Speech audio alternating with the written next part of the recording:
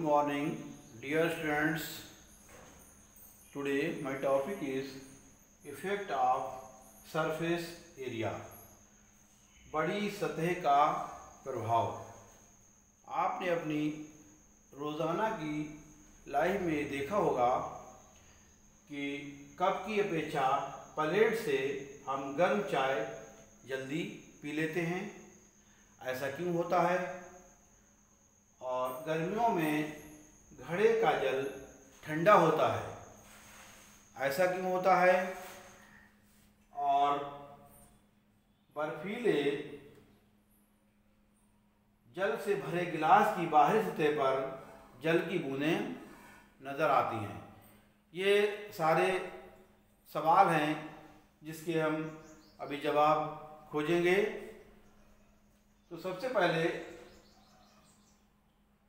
Cup की अपेक्षा plate से हम गर्म चाय जल्दी क्यों पी लेते हैं? इसको हमने इंग्लिश मीडियम में और हिंदी मीडियम दोनों में पढ़ा रहे हैं ताकि हमारे दोनों मीडियम के बच्चे जो है इसको समझ सकें। It is easy to sip hot tea faster from a saucer rather than a cup. It is because surface area of saucer is larger, due to which evaporation of hot tea occurs at a faster rate. More heat is taken away from the tea required for its evaporation. It cools tea more quickly, making it easily to drink. Easily.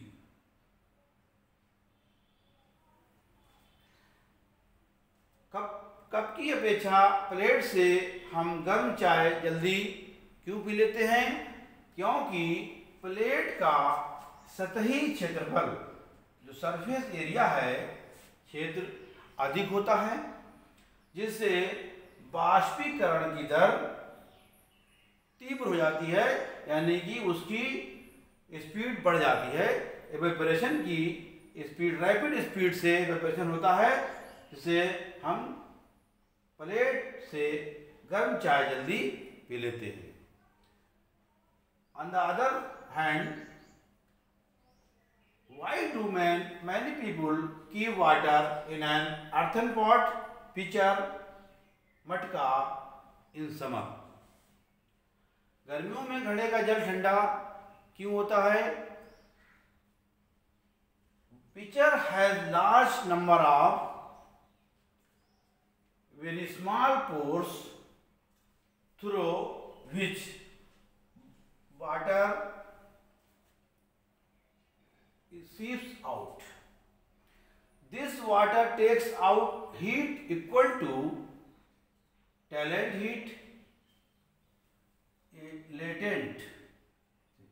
latent heat of evaporation from the pitcher, and the water present in it evaporates.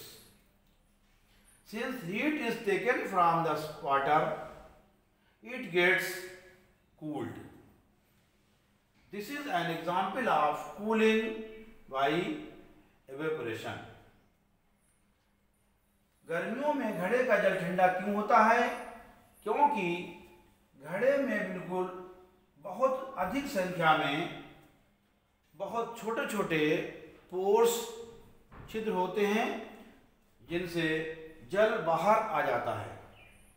ये जल घड़े तथा उसमें उपस्थित बाष्पीकृत जल से बाष्पीकरण की गुप्त ऊष्मा के बराबर ऊष्मा लेता है। अतः जल से ऊष्मा लेता है, जल ठंडा हो जाता है। ये बाष्पीकरण से ठंडा होने का उदाहरण है। On the other hand, why do we see droplets on the outer surface of tumbler containing ice cold water? Figures में दिखाया गया है कि टम्बलर में crushed ice, tiny pores, tiny drops of water. Glass में जब हम बर्फ या ठंडा चीज लेते हैं तो बाहर की ओर हमें कुछ ड्रॉपलेट्स दिखाई पड़ते हैं। तो ये क्यों होता है ऐसा? Why do we see droplets on the outer surface of tumbler containing ice cold water? Let us take some ice cold water in a tumbler. After some time we find water droplets on the outer surface of the tumbler. Why does it happen? Explanation: water vapors are present in the air. Water vapors present in the air. The water vapors come in contact with the glass containing cold water. The water vapor lose heat energy and get condensed to liquid state, which appear as water droplets. The formation of water droplets on the outer surface of the tumbler containing ice cold water shows that water vapors are present in air. बर्फीले जल से भरे गिलास की बाहरी सतह पर जल की बूंदें नजर आती हैं।